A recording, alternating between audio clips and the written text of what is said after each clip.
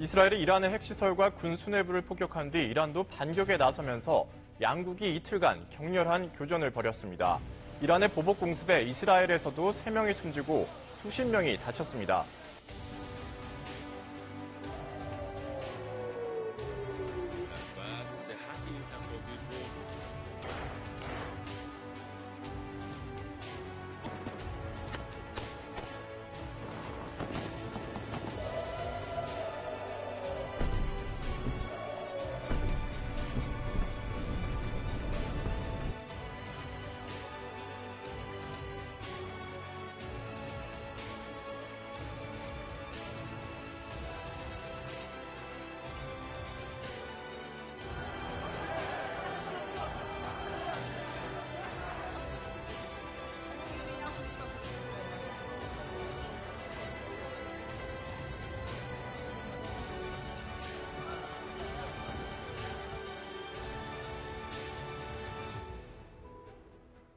전쟁 없는 세상을 꿈꾸기에 전쟁을 연구합니다. 안녕하세요. 뉴스멘터리 전쟁과 사람 허준입니다. 안녕하세요. 윤지연입니다.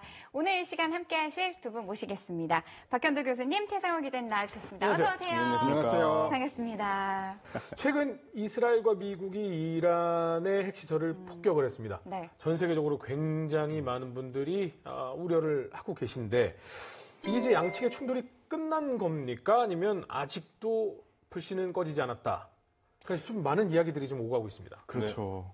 아직 끝났다고 보기는 어렵습니다. 일단 휴전 상태이긴 한데요. 휴전 상태에서도 이스라엘이 이란의 에빈 교도소 있거든요. 정치범이 주로 있는데 거기를 폭격해서 한 70명이 죽었고요. 그리고 이스라엘은 당당하게 얘기하고 있습니다. 이란이 핵 프로그램을 가동하는 한, 핵 프로그램을 포기하지 않는 한 우리는 계속 감시할 것이고 때릴 것이다. 사실 한 번 때리는 게 어렵죠. 2번 때리는 건 쉽습니다. 네. 그렇기 때문에 현재는 지금 휴전은 말은 휴전이지만 종전은 어렵고 아슬아슬한 휴전. 그렇게 말씀드려야겠습니다. 근데 이게 가짜 뉴스인지 진짜인 뉴스인지 모르겠는데 SNS상에 굉장히 많은 동영상이 올라왔잖아요. 예전에는 아이언돔이 굉장히 잘 발휘가 돼서 거의 모든 미사일이 요격되는 장면이 나왔는데 이번엔 요격을 못하는 장면. 심지어는 아이언돔에서 발사된 유도미사일이 돌아서 떨어지는 장면까지도 나왔거든요. 이게 맞는 거예요? 이게 사실은요, 의견이 굉장히 많이 엇갈리거든요. 네.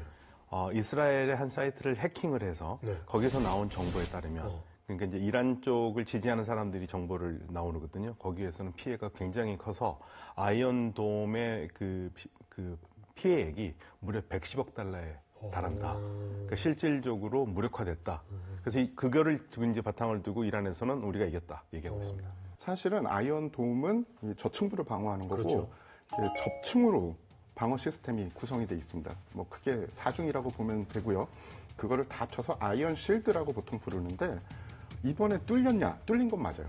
뚫린 건 맞는 이유가 사실은 그 이스라엘의 방공 시스템이 어떤 식으로 가동이 되냐 하면 미사일이 날라오면 제일 위험한 것부터 처리합니다. 왜냐하면은 요격 미사일도 사실은 보유량이 있잖아요. 재고가 있는데 아무거나 쏠 수 없죠. 그런데 이렇게 많이 날라온 적이 없었어요. 그렇죠. 보통 그들이 어떤 식으로 요격을 하냐 하면 한 발이 날라오면 한 발을 쏘는 게 아니라 2발 정도를 쏩니다. 한 발이 안 맞을 수도 있는 거고 안전하게 2발 쏘는 거죠. 그게 평소의 행동 절차인데 하루에 100발이 날라온다? 막기 힘든 거죠. 왜냐하면 우선순위를 매겨야 되는데 과부하가 올 수밖에 없고요. 또 하나는 이번에 이란이 사용한 무기 체계 중에 하나가 탄도미사일이거든요. 그런데 IRBM 같은 탄도미사일은 탄착할 때 마하 5 이상이에요.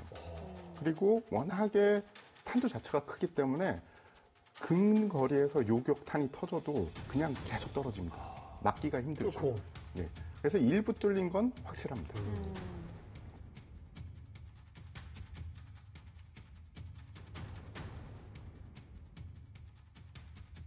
그럼 왜 이스라엘이 이렇게 공격을 하고 미국이 또 개입을 하게 됐는지 배경이 좀 필요할 것 같아요. 어쩌다 이런 사건이 일어나게 된 건가요? 지금 그림만 보면은 이란과 이스라엘은 도저히 상종할 수 없는 원수들이에요. 1979년 이전에는 둘이 너무나 좋아하는 사이였습니다. 둘 다 친미 국가고요. 이란도 완벽한 친미 국가였고, 그래서 이란은 이스라엘로부터 첨단 기술 그리고 국방 그다음에 정보 이런 것들을 배우기로 했고요. 당연히 이스라엘은 안정적으로 석유를 공급받기를 원했기 때문에 둘이 이해관계가 딱 맞아떨어졌고 너무 좋아했습니다. 네. 그리고 이스라엘의 많은 관리들이 수시로 테헤란에 왔다 갔다 했고요. 그런데 1979년에 이슬람 혁명이 나잖아요. 그러면서 완전히 바뀐 겁니다. 이슬람 혁명 이후에 이란 정부는, 혁명 정부는 미국을 어떻게 불렀냐면 거대한 사탄. 예, 이스라엘은 작은 사탄. 예, 거대한 사탄과 이 작은 사탄, 이 두 무리를 없애야 되는 거고. 그런데 이제 말은 그렇게 할 수 있어요. 예, 과거에 니네들이 우리한테, 우리 국민들의 쉽게 말하면 피를 뽑아 먹었다 이런 식으로 할 수 있는데 그러면 언제부터 이게 본격적으로 이게 문제가 되기 시작하냐면 이란이 핵 프로그램을 비밀리에 개발하고 있다라는 그러한 정보를 모사드가 얻습니다. 근데 모사드가 그걸 자기가 직접 말하면 신뢰성이 뭔가 떨어지잖아요. 그래서 당시에 반이란 정부 단체인 보통 이게 이란 국민 또는 이란 국가 저항위원회라는 게 있거든요. 예, 이게 서양에서 활동하는데 그들에게 정보를 줘서 이들이 이란에 2002년 8월에 이란에 이런 시설이 있어요. 핵시설을 처음으로 공개를 하고 그러면서 이제 불거지기 시작했고 거기다가 이 지도자의 말이라는 게 중요한 걸 다시 한번 보여주는데요. 2005년에 테헤란에서 시온주의자 없는 사회를 꿈꾸는 그러한 국제회의가 열린데 당시 이란의 대통령이 이스라엘은 없어져야 된다라는 말을 해요. 근데 그게 페르시아어로는 그런 뜻이 정확하게 그런 뜻은 아닌데 그게 번역이 될 때 어떻게 나가냐면 이스라엘을 지도에서 없애버리겠다. 저는 이 말을 우리 한국 사람들은 기억할 거라고 생각해요. 한참 북한하고 사이가 안 좋을 때 북한에서 서울을 불바다로 만들겠다고 그랬잖아요. 맞아요. 그거보다 훨씬 센 발언이에요. 어쩌면 그렇죠. 그렇죠. 나라 자체를 그냥 불바다는 아직 존재하고 있는 그건데. 그럼 서울이에요. 한국이 아니고. 그렇지. 네. 근데 지도상에서 사라진다는 예. 건. 그러니까 그 말을 받아들이는 이스라엘 사람들의 느낌은 어떤 건지 아시잖아요. 그렇죠. 예. 그러면서 완전히 사이가 완전히 끝난 겁니다. 근데 이제 최근에 급격하게 이란과 이스라엘의 사이가 안 좋아진 이유가 이스라엘이 주변 중동 국가들을 포섭하고 있잖아요.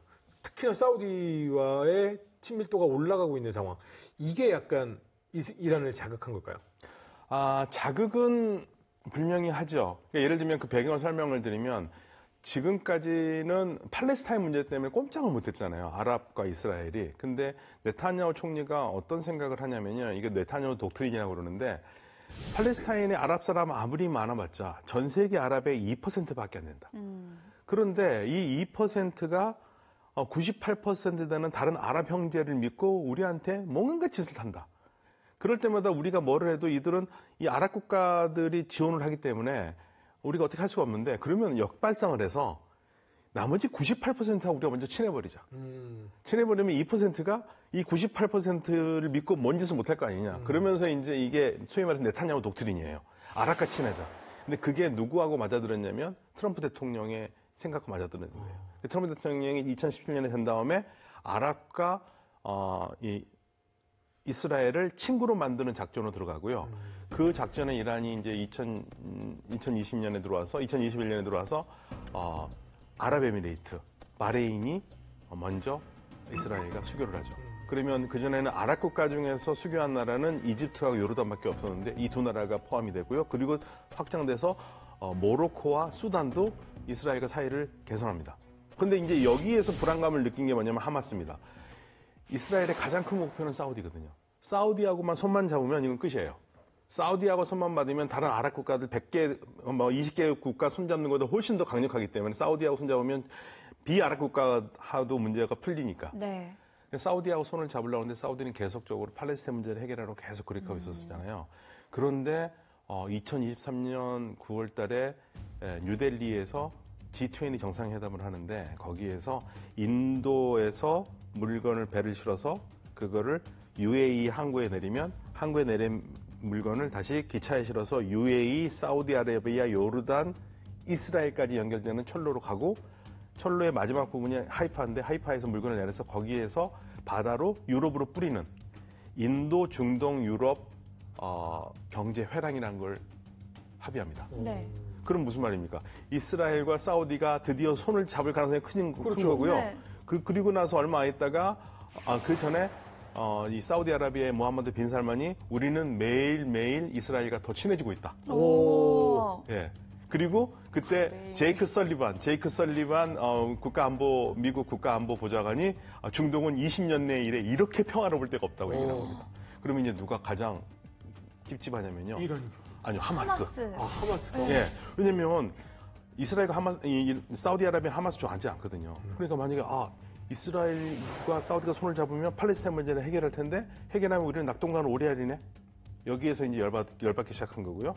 그 다음 날에는 최고 지도자가 아주 재밌는 말합니다. 경주의 질 말에 왜 내기를 하냐.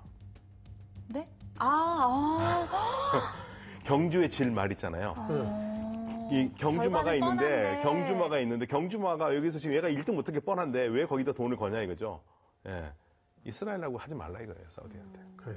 다른 국가, 특히나 사우디와 이스라엘 입장에서는 그건 네 생각이고 경주의 질문은 너 같은데 약간 예. 이런 느낌도 좀 있네. 예, 근데 사우디아라비아, 이란 같은 경우에는 그러면서도 어떻게 할까 고민을 하고 있었지 하마스가 그렇게 할 줄은 몰랐어요. 그러니까 처음에 하마스가 치고 나오니까 하마스의 목표는 뚜렷했거든요.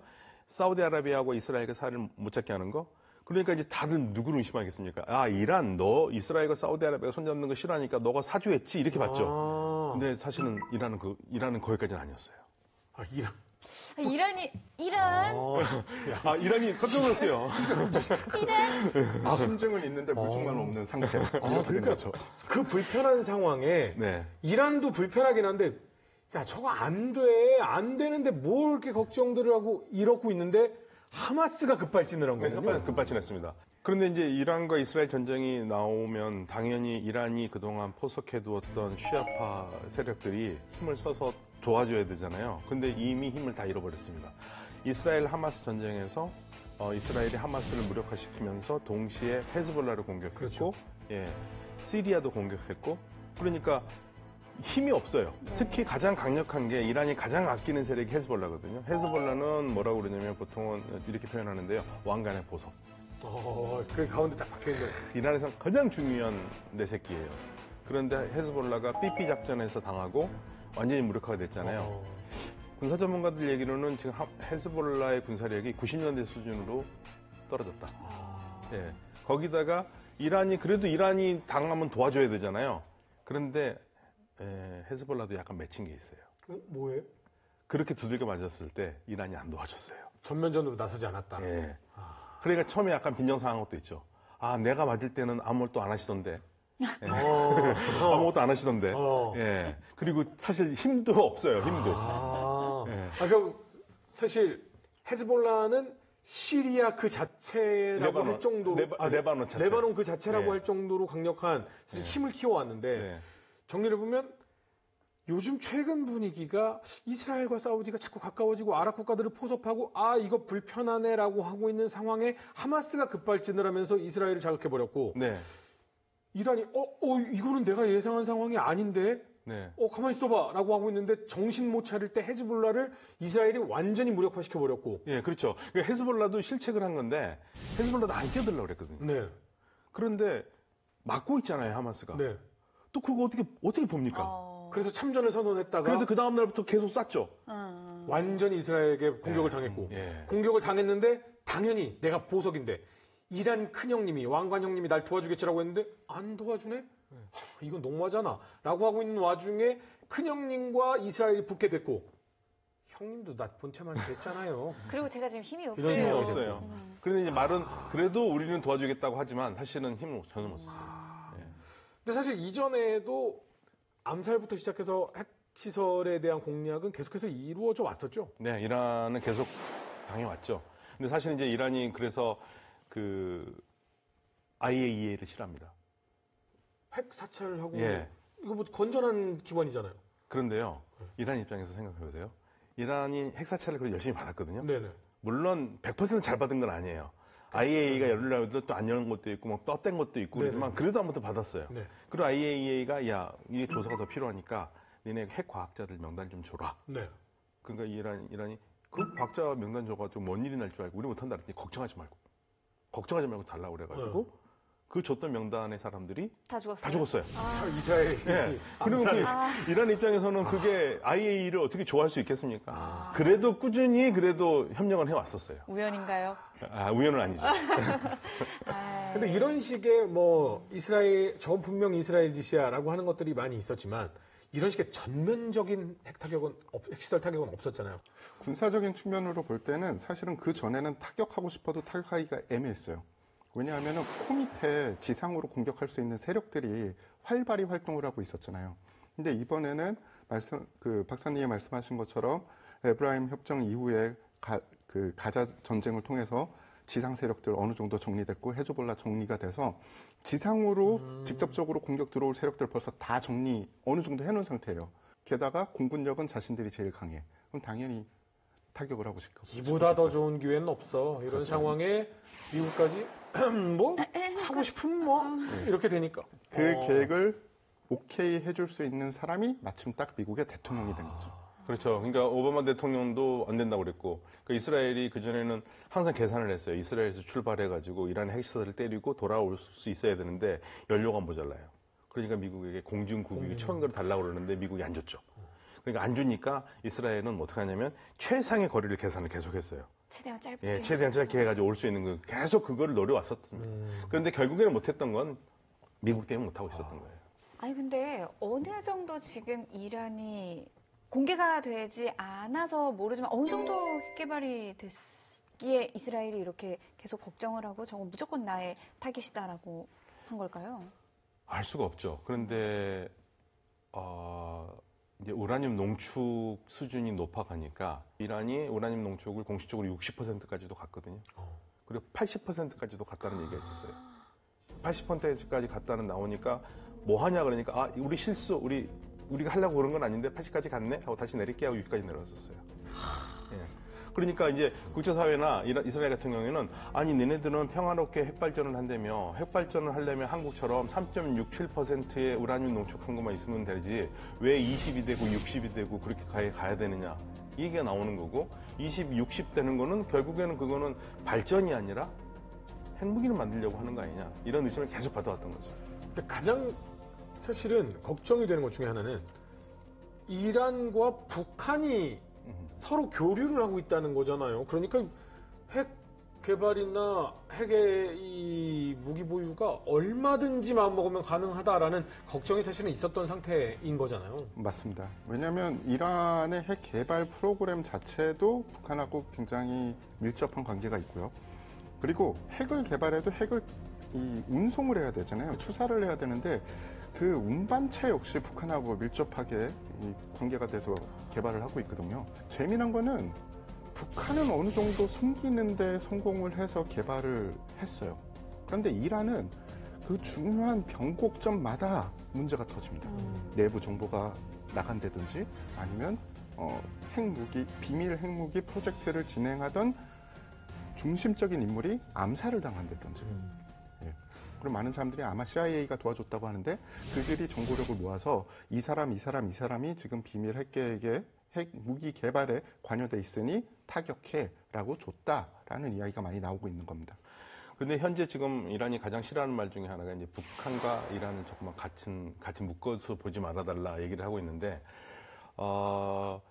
이 MI6 영국의 정보기관인 MI6에서 오랫동안 근무했고 지금 은퇴한 지금 정보 분석가 중에 영국인이 알레스테 크룩이라는 분이 있거든요. 이분이 이란의 핵 사찰을 간 멤버로 갔었는데 그때 했던 말 중에 하나가 핵 사찰하는 곳에서 북한 노동자들이 있었다. 예. 그러니까 노동자들이 아마도 거기에서 갱도 작업을 하지 않았나. 외화벌이를 하고 지하시설, 지하시설, 그런 것들은 굉장히 비슷하다고 얘기해요. 땅굴을 거기서도 파고 있네. 그러니까 헤즈볼라 하마스의 땅굴들도 거기에 전수받은 걸로 보죠. 근데 이런 걸 보면 진짜 정보기관의 중요성이 뭔지를 뼈저리게 느끼네요. 그러니까 그런 핵 개발의 중요 변곡점마다 이란은 간파당했고 그런 주요 기술자들이 제거됐는데 북한은 그걸 잘 숨기고 했다는 것은 정보기관의 역할이 굉장히 중요했다. 근데 아마 그것도 있지만요. 이란은 생각보다 북한보다 훨씬 개방된 나라거든요. 그 나라 자체에 접근이 불가능한 네네네네네. 정도로 폐쇄 국가잖아요. 근데 이란은 굉장히 다른 국가들하고 교류를 하니까. 왜냐하면 그 경제 체제 자체가 북한은 제재해도 먹히지가 않잖아요. 네네네. 어차피 뭐 외부하고 경제 활동을 안 하니까. 근데 이란은 석유를 팔지 못하면 국가를 할 수가 국가를 그렇죠. 이끌어갈 수 없기 때문에 석유를 수출해야 되기 때문에 항상 경제는 개방이 될 수밖에 없어요. 근데 저 교수님 말씀을 들으니까 조금 무서워지는 게 이번 이 사태로 인해서 이란도 점점 그렇게 빈공개식으로 가버리는 건 아닐까. 사실은 하는 우려도 생겨요. 미국이 이란의 벙커버스터를 사용해서 공격한다는 얘기가 나왔을 때부터 계속 그 얘기가 나왔었습니다. 그러니까 하지 말아라. 그러면 진짜 이란이 진짜 NPT에서 벗어나서 그러니까요. 북한처럼 은둔하면서 핵 만들어버리면 만든다. 어떡하냐. 그게 항상 그 가장 큰 숙제였어요. 네. 근데 반대 의견이 또 있어요. 네. 왜냐하면 어차피 걔네들 지금 하고 있어. 무기 개발을 하고 있어. 라고 하고 그 증거도 계속적으로 들이밀었거든요. 그래서 4년 전에도 사실은 이란의 비밀 핵 무기 개발 프로젝트가 있습니다. 아미드 프로젝트를 진행하던 모셈 파크 리자드가 자신의 고향집 가는 길에서 이스라엘에게 암살을 당합니다. 그러니까 그런 사건도 있는데다가 또 2018년에는 어떤 일이 있었냐면은 모사드가 또 이란의 핵무기 개발 서류를 입수를 해요. 그래서 그거를 공개를 합니다. 정확히 뭐 5개 정도의 핵무기를 개발할 계획이 있다라고 얘기를 했고 이란은 당연히 부정을 했죠. 근데 미국이 아니야, 맞아. 저 서류가 진짜인 것 같아. 라고 이스라엘을 지원해 줍니다. 그러니까 교수님이 말씀하신 이렇게 폭격을 하면 분명히 걔네들이 이제 정당성을 가지고 개발할 것이다. 당연히 그 말도 맞고요. 네. 그리고 또 폭격이 맞아라고 얘기하는 쪽에서는 아니 안 어차피 그래도. 하고 있었어. 그러니까 폭격하든 안 하든 걔네 할 애들이야. 라고 엇갈린 주장을 지금 서로 계속 내보내고 있는 거죠. 그럼 이제 지금의 현재 이란의 상태는 어때요? 어느 정도가 무력화된 거예요? 그게 모든 사람들이 제일 많이 알고 싶어 하는 걸 텐데, 아무도 몰라. 군사 전문가들, 그러니까 해외 군사 전문가들, 그리고 군비 통제 전문가들, 핵 관련 전문가들에 의하면, 미국에서는 이란의 핵 프로그램 자체가 거의 이제 중지됐다. 혹은 적어도 몇십 년 뒤로 돌렸다라고 얘기를 하는데 그분들은 굉장히 의구심을 강하게 가지고 있습니다. 왜냐하면 이번에 폭격한 지점들 중에 폭격 못한 지점이 있어요. 네. 지하에 너무 깊게 들어가 있어서 폭격을 해도 그러니까 우리가 타격이 지금 없는? 얘기하는 네. 그 GBU 57로 타격을 해도 효과가 없으니까 아예 안 한 거거든요. 와, 그럼 100m보다 훨씬 더 깊이 들어가 있는 거예요? 그렇죠. 그런 시설도 남아있는 데다가 말씀하신 대로 미국이 벌써 사전에 통지를 했으니까 그들이 중요한 시설과 우라늄 같은 것들은 많이 빼돌렸을 거다. 그러니까 이란의 핵 능력이 제거됐다라는 것은 사실상 맞지 않는 이야기고 이란이 핵무기를 만들 것이냐 마냐는 이란 정권에 달려있다라고 이야기를 합니다. 그러니까 지금 사실은 이란이 정확하게 확실한 거 하나 있어요. 이란이 60%로 농축된 우라늄의 408kg은 가지고 있다. 그거는 좀 확실해요. 근데 그 다음에 그거보다 더 있는지, 아니면 퍼센트가 더 높은 게 있는지, 아니면 어디에 그 원심 분리기가 비밀리에 작동하고 있는지, 그건 아무도 모르는 거죠, 지금.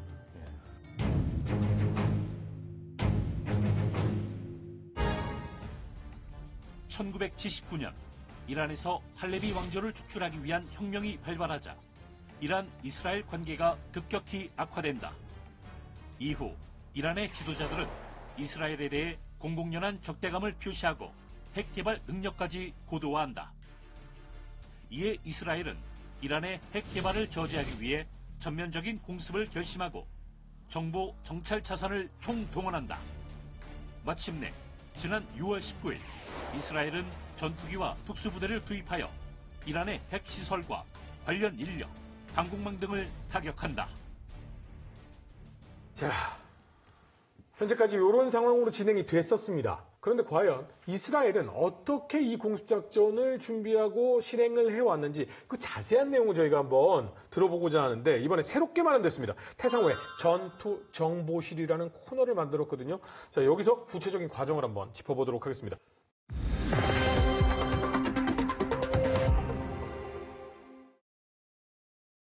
이스라엘이 이란에 대한 대규모 공습을 실시를 했는데 이게 일어서는 사자입니다. 예, 맞습니다. 이 작전에 동원된 이스라엘 공군의 각종 항공기가 200여 대입니다. 굉장히 많이 동원됐고요. 총 45대의 F-35I기가 동원됐어요. 이스라엘 공군이 가지고 있는 F-35I가 모두 다 동원됐다라고 보시면 되고 75대의 F-15가 동원이 됐는데 원래 이스라엘 공군이 평시 운영하던 F-15가 66대 정도였어요. 그러면 몇 대 비지잖아요. 예. 어디서 왔느냐? 훈련용 기체를 긴급하게 동원을 한 겁니다. 영혼까지 끌어모은 거네요. 그렇죠. 그리고 약 190여 대 F-16기가 동원이 됐습니다. 그러면 이스라엘 영공을 방어할 수 있는 기체들을 제외하면 전 기체를 동원을 했다라고 볼 수 있고요. 사실은 영공을 방어할 기체조차 모자른 느낌이네요. 다 끌고 간 것 같은데. 맞습니다. 그리고 교수님께서 말씀하셨듯이 언제나 이런 장거리 작전에서 제일 중요한 게 공중 급육이에요. 근데 이스라엘은 총 14대뿐이었거든요. 14대가 이렇게 많은 기체들한테 어떻게 할 수 없죠. 급유를 했는지가 지금 되게 기다리고 있습니다. 사람들이 이스라엘에서 발표를 어떻게 할지 기다리고 있고요. 우리가 눈여겨볼 가장 눈여겨봐야 될 기체가 F-35I라는 기체입니다. 보통 우리가 F-35A는 들어봤고 C는 들어봤는데 F-35I는 뭐야? 라고. 이스라엘 버전? 그렇죠. 이스라엘은 이스라엘 버전에 이스라엘을 뜻하는 I를 집어넣습니다. 이스라엘은 F-35A를 이스라엘 버전인 F-35I, 아다르, 히브리어로 번역을 하면 막강한 자라는 뜻이에요. 라고 명명을 하고 2017년부터 운영을 했어요. 그런데 2018년 바로 다음 해에 실전에 투입이 됩니다. 그래서 기체를 개발한 미국보다도 오히려 실전에 먼저 투입된 게 이스라엘의 F-35I다라고 되죠. 이스라엘 맞춤형으로 F-35를 도입한 데에는 여러 가지 이유가 있어요. 처음에는 이스라엘이 이제 신기체를 도입하면은 적어도 앞으로 30년을 운영을 해야 되니까 그냥 미국 기체를 도입할 수는 없다. 우리에게 맞게 나중에 업그레이드가 가능해야 된다라는 요구 조건이 있었습니다. 어떤 분야냐? 크게 세 가지 분야로 볼 수 있는데요. 레이더, 전자전 및 통신 시스템을 자신들이 업그레이드 할 수 있어야 되고, 이스라엘 무장 통합 가능해야 되고, 그리고 독립적인 유지 보수 능력을 이스라엘에서 발휘할 수 있어야 되는 겁니다. 그래서 처음에는 그 복잡한 요구 조건에 우리 팔아야 되나 말아야 되나? 거의 그 정도까지 갔는데 결국은 설득당해서 F-35I 이스라엘 맞춤형 기체를 사용할 수 있게 해줍니다. 매우 똑똑한 결정이었다고 저는 생각을 해요. 자, 동원된 기체들은 이 정도로 알아봤고요. 작전이 어떻게 진행이 됐는지 이제부터 말씀드리겠습니다. 테헤란 현지 시간으로 새벽 2시 13분에 이스라엘의 전격적인 기습이 실시가 됩니다.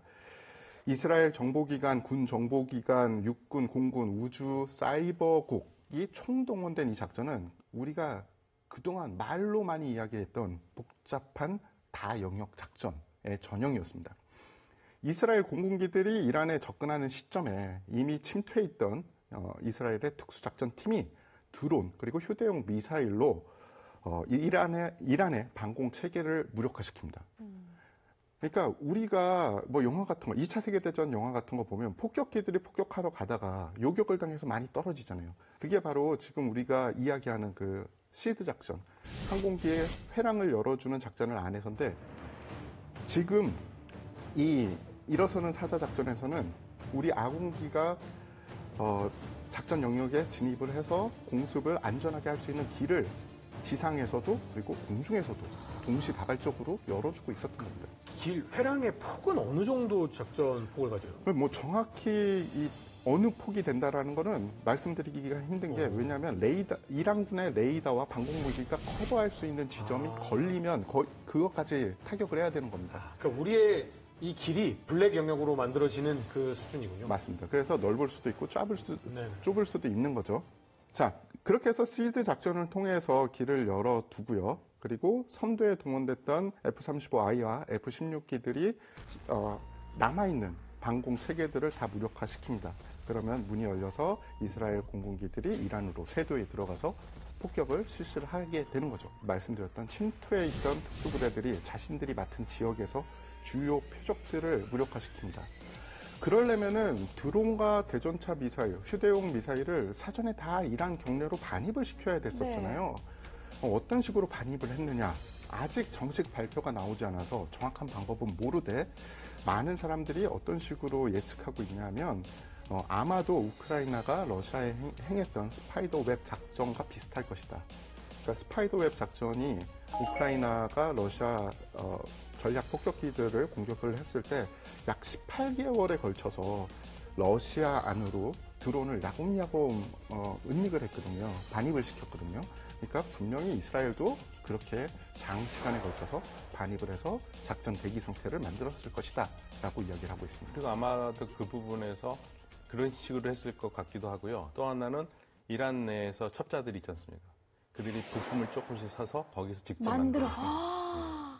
그런 공장들이 이번에 적발이 됐어요. 아니 근데 진짜 그런 사이에 이란은 아무것도 몰랐나요? 이란에는 그러니까 뭐 정보는 어느 정도 들어간 것 같아요. 왜냐하면 그 전부터 뭔가 움직임이 심상치는 않다라는 건 알았지만 그래도 이 정도로 공격할 것이다라는 생각은 못하고 있었던 것 같습니다. 그래서 공격을 받자마자 이란에서는 어떤 용모에 어떤 행동을 하는 사람들이 있으면은 당국에 신고해라. 타깃이다. 예. 그러니까 그 데이터는 있었던 근데 겁니다. 그게 이제 굉장히 어려운 게요. 이란이 인구가 9천만이 넘거든요. 네. 그 9천만이 넘고, 그 잡힌 사람들이 예를 들면 뭐 페르시아어가 언어로 해가지고 누가 봐도 딱 얘는 외국인이라고 한 그게 아니라 페르시아를 모국어처럼 하는 사람들이에요. 예, 그런데 이란 내에서는, 그 페르시아가 국어인데 페르시아어를 모국어로 하지 않는 사람들이 100명 중에 40명이거든요. 40%나 되군요. 예, 여러 민족이 이란이라는 나라를 섞여 국가를 있으니, 구성한 거예요. 네. 근데 그 페르시아가 모국어가 아닌 사람들이 나는 페르시아가 모국어가 아니어도 나는 이란을 사랑하고 나는 이란 국민이야라고 살아가면은 전혀 문제가 없는데 네. 안 그런 사람들 분명히 있을 거 아니에요. 네. 그런 불만 있는 사람들이 포섭이 당하는 거죠. 와, 이번 이란 핵시설 폭격을 키워드로 또 정리를 해봤는데요. 첫 번째 키워드는 바로 핵시설입니다. 현재까지 이스라엘이 파악한 이란의 핵시설 어떻게 되나요? 예, 이스라엘이 파악했고 이스라엘이 이번에 타격한 핵시설을 중점적으로 말씀을 드리겠는데요. 테헤란, 수도 테헤란에는 당연히 중추이자 가장 중요한 시설 중에 하나인 프로그램 지휘부, 주 연구 센터가 위치해 있습니다. 그리고 아라크에는 중수로 플루토늄 생산 기지가 있고요. 이스파한에는 원자로 우라늄 처리 시설이 있습니다. 나탄즈에는 구형 우라늄 농축 시설이 있어요. 그리고 포르도, 우리가 너무 유명하죠. 미국이 타격했던 신형 우라늄 농축 시설이 있고요. 아라나크에는 핵 폐기물 저장 시설이 있고 부쉐르에는 원자력 발전소가 있습니다. 두 번째 키워드는 바로 참수작전입니다. 이란군의 수뇌부들이 동시다발적으로 제거가 됐어요. 예, 참수작전은 일어서는 사자작전의 하위작전으로 개시가 됐어요. 참수작전도 두 가지로 나눠서 실시가 됐습니다. 그래서 먼저 레드 웨딩부터 말씀을 드릴게요. 레드 웨딩, 그러니까 빨간 결혼식 하면 어떤 게 생각이 나십니까? 피해 결혼식? 피해 결혼식입니다. 피해 결혼식 하면은 우리가 뭐 봤던 작품 중에 킬빌에도 나왔고요. 그리고 왕자의 게임에도 나왔죠. 즉 웨딩 때, 그러니까 결혼식에 사람들이 다 모여있을 때 몰살을 시키는 주요 인물을 한때 한 시간에 다 제거하겠다. 이게 아마 키워드였던 걸로 생각이 됩니다. 그래서 효과적인 작전을 하기 위해서 2024년부터 태스크포스가 구성이 됐고 표적을 획득하고 표적 라이브러리를 만들었습니다. 어떻게 만들었느냐? 위성, 정찰기 등의 정보 정찰, 감시, 자산 총동원했고요. 그리고 사이버 전력, 해킹 등을 통해서 정보를 파악했고, 그리고 이란 내부에 휴민트를 사용했는데 교수님이 말씀하신 것처럼 이스라엘 내부에는 이란계 유대인도 굉장히 많습니다. 예, 그래서 그들이 포섭할 수 있는 인원들도 꽤 있는 거죠. 그러면은 어떤 사람들이 제거가 됐냐? 호세 살라미, 혁명수비대 총사령관이 제거가 됐고요. 방공부대 사령관인 라시드 사령관 제거가 됐고요. 그리고 모하마드 바게리 이란군 참모총장이 제거가 됐고 정보부장이 제거가 됐습니다. 즉 이스라엘이 공격을 했을 때 이들이 있었어야지 체계적인 반격이 가능했는데 반격 결정을 내릴 수 있고 영공을 방어할 수 있는 총사령관들이 일시에 제거당했다. 그래서 효과적인 대응이 불가했다라고 볼 수 있는 거고요. 핵 개발 관련자들을 참수했던 나니아 작전에 대해서 말씀을 드리면 이스라엘은 평소에 이란의 핵 개발자들을 4등급으로 나눠서 관리를 했대요. 그래서 1등급에 들어가는 사람들은 우선 제거 대상자가 되는 겁니다.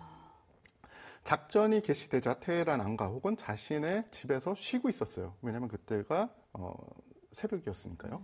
그런데 먼저 침투해있던 특수부대원들이 그들의 위치를 다 알고 있었고요. 그리고 AI, 인공지능을 통해서 이들을 우리가 타격할 수 있는지, 그리고 우리가 가진 무기체계 중에 뭘로 타격하면 제일 좋을지가 벌써 다 결정이 나 있는 상태예요. 그래서 제거된 모든 분들이 대부분 자신의 숙소에서 자다가 공격을 당했습니다. 어떤 식으로 공격이 됐나요? 드론을 이용한다든지 아니면은 휴대용 미사일을 이용해서 정밀하게 그 사람이 있는 부분만 타격을 해서 부수적인 피해를 최소화하는 전략을 세워서 그대로 실행을 했어요.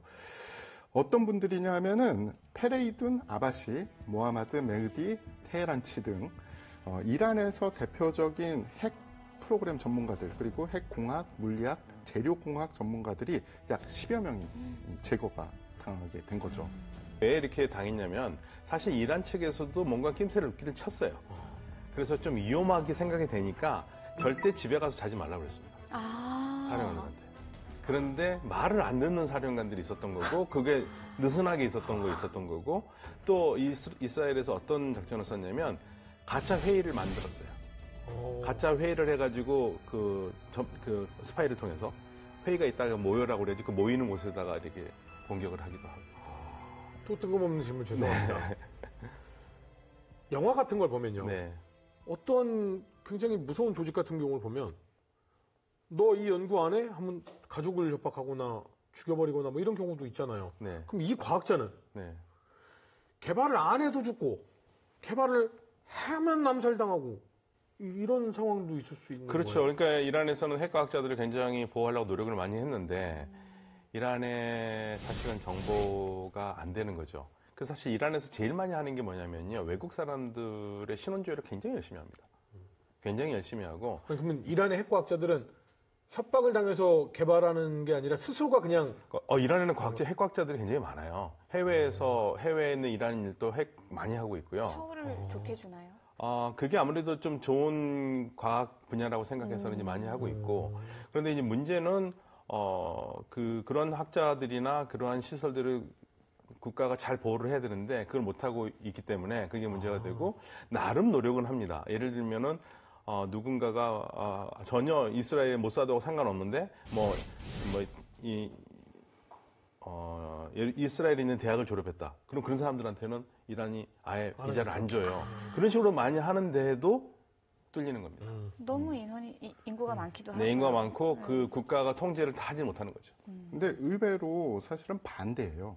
일부에서는 어떤 이야기를 하냐 하면은 네. 이스라엘이 핵 관련자들을 참수한 이유 중에 하나는 심리전이다, 고도에. 즉, 1등급을 죽였잖아요. 그럼 말씀하신 대로 2등급이 1등급으로 올라가겠죠. 올라가고 싶을까요? 안 올라가고 싶을 거야. 그렇죠. 이제 더 이상. 그러니까 그 자리에 가면 죽어. 니네들 그 자리에 가면 죽어. 라는 고도의 심리전으로 수행했을, 그게 이란이다. 라고 이야기도 나오고 있습니다. 그러니까 그게 굉장히 심리전이 무서운 건데요. 최근에 이란이 더 이상 그 최고 참모총장을 임명을 하지 않고 있어요. 임명을 했어도 지금 발표를 안 해요. 그러니까 그게 모사드가 뭐라 그러냐면 우린 다 알고 있다. 니네 발표 안 했지? 하여튼 근데- 다 알고 있다. 앞에 초성만 얘기해줄까? 기억. 이런 거. 그리고 그 알아맞히는 사람들한테 그 이름 되는 사람들에게 상 줄게. 누가 맞추니까 상 줄게. 엄청난 심리전이죠. 이런 정보력이 정말 무서운 게 이스라엘이 아닌가 하는 생각이 듭니다. 네. 자, 마지막 세 번째 키워드는 전략 거점 파괴입니다. 이번 공습으로 이란의 핵 투발 수단과 방공망들이 초토화가 됐어요. 그렇죠. 그러니까 이란에서 이스라엘을 타격할 수 있는 거는 우리가 이번 기회에 뿌리를 뽑겠다라는 게 이스라엘의 목적 중에 하나였습니다. 네. 자, 그러면 어떤 무기 체계로 이란의 탄도미사일 혹은 탄도미사일 발사기를 무력화시켰냐. 여러 가지 무기 체계가 쓰였는데 우리가 좀 눈여겨봐야 될 것 중에 하나가 다목적 전자 정보기라는 게 있습니다. 오론이라고 하는데 오론은 히브리어로 빛을 뜻합니다. 기체 자체는 민항기 기반이에요. 걸프스트림 G550. 돈 많으신 분들이 타고 다니시면서 세계에서 사업하는 바로 그런 기체입니다. 그 기체에 전파 탐지기, 거리 측정기, A사 레이더 등을 탑재를 해요. 그리고 막 값비싸고 좋은 센서들을 거의 뭐 도배하다시피 합니다. 기체가 하는 임무가 조기 정보 관제하고요. 그리고 전자 정보를 수집하고요. 항공 정찰 등을 합니다. 그래서 한 대당 가격이 약 10억 달러 정도예요. 하나로 따지면 1조 3,700억 원 정도 되죠. 워낙에 비싼 기체이기 때문에 이스라엘에서도 한 대만 지금 현재 운영을 하고 있어요. 항공모함 반 개가 돌아다니는 건데. 그죠. 그래서 그 기체가 파악을 하는 거죠. 이란군의 그 무기 체계가 어디 있다, 어떤 걸 타격을 해야 된다라고 정보를 파악하면은 이스라엘 공군기에 실시간으로 전파가 됩니다. 그럼 이스라엘 공군기에서 정밀 유도 무기로 타격을 하든지 아니면 또 최신형 락스 자율 확장형 공대지 미사일이 있어요. 그래서 그 미사일로 타격을 하는데 이 락스에 대해서 조금 말씀드리면 이스라엘 라파엘사에서 개발한 무기인데요. 지상의 고정 혹은 이동 표적을 공격하는 무기 체계입니다. 특화되어 있는 무기 체계이고요. 초음속 미사일이에요. 굉장히 빠르다는 거고 공산 오차가 3m뿐이 안 됩니다. 그리고 언론에 따르면 최대 사정거리가 300km에 이른대요. 즉 투사한 기체의 안전이 매우 보장이 된다고 보시면 되고요. 필요에 따라서는 핵 탄도 장착도 가능하다라고 알려져 있습니다. 300km를 날아가서 3m 이내에 떨어진다는 게 정말 무시무시하네요. 한 가지 그럼 이 전략 거점 공격했을 때 그리고 길 뚫을 때 가장 궁금한 게요. 이란의 방공망이나 뭐 레이더 기지를 공격하는 건 그렇다 치는데 이스라엘에서부터 이란까지 가는 데 있어서 다른 나라들의 국경을 많이 넘어가야 되잖아요. 그럼 여기에 방공망은 강제로 뚫어요? 아니면 협조를 구한 거예요? 여러 가지 이야기가 있어요. 네. 그래서 어떤 것은 뭐 경고를 한 적도 있고 어떤 곳은 협조를 받았다라고 나와 있는 것도 예를 들면 있는데 시리아가 협조했을 리가 없을 것 같아요. 시리아는 네. 작동하는 게 없죠. 작동하는 게 없나? 그냥 우리의 하늘, 이스라엘은 우리의 하늘. 뭐 저기- 소리 안 들렸어요? 저기 비행기 지나간다. 이런 느낌. 말씀하신 대로 그 주변 국가들이 그 대공 방어 체계가 다 무너진 국가들이 대부분이고 이라크는 근데 상당히 넓잖아요. 그러니까 이스라엘이 비행기를 뜨면은 요르단한테는 얘기를 하죠. 요르단이 도와주겠죠. 그러니까 안 돼. 요르단 거쳐서 뭐 레바논, 시리아, 이라크 들어가가지고 거기서 이란으로 들어가니까요. 그리고 이라크의 영공을 지금 책임지는 그러니까 통제하는 게 사실은 이라크 정부가 아니라 미국이라고 보시면 되고요. 그래서 이번에 그 한밤중에 철퇴 작전에 미군기들이 이란으로 진입하기 전에 이라크 영공에서 편대군을 이룬 뒤에 들어갔습니다. 잠시. 그러니까 그건 다른 말로 하면 이라크가 만약에 미국의 영향력에서 벗어나서 독자적인 방공망을 가지고 이스라엘에 적대를 한다면 갈 길이 없는 거죠. 그렇죠. 네. 다음 이야기. 이스라엘은 중동 국가의 핵 개발에 민감하게 반응하며 과거 이라크와 시리아의 핵 시설도 폭격해 왔었다. 이란은 핵 시설 폭격에 대한 대규모 반격, 진정한 약속 3 작전을 개시하며 수백 기의 미사일을 발사했고 이스라엘 방공망의 상징 아이온돔을 무력화시킨다. 이란과 이스라엘이 미사일 공방을 이어가던 사이 미국은 이란 핵시설을 향해 B-2 스텔스 폭격기를 출격시킨다. 미국은 현존하는 가장 강력한 폭탄 GBU-57, 벙커버스터와 토마호크 미사일을 통해 이란의 지하 핵시설을 타격하는 데 성공한다. 미국의 직접적인 군사 행동에 대한 세계의 반응과 국군이 보유한 현무5 미사일과 벙커버스터의 비교까지 종전인가 휴전인가 이란 이스라엘 충돌 많은 시청 바랍니다.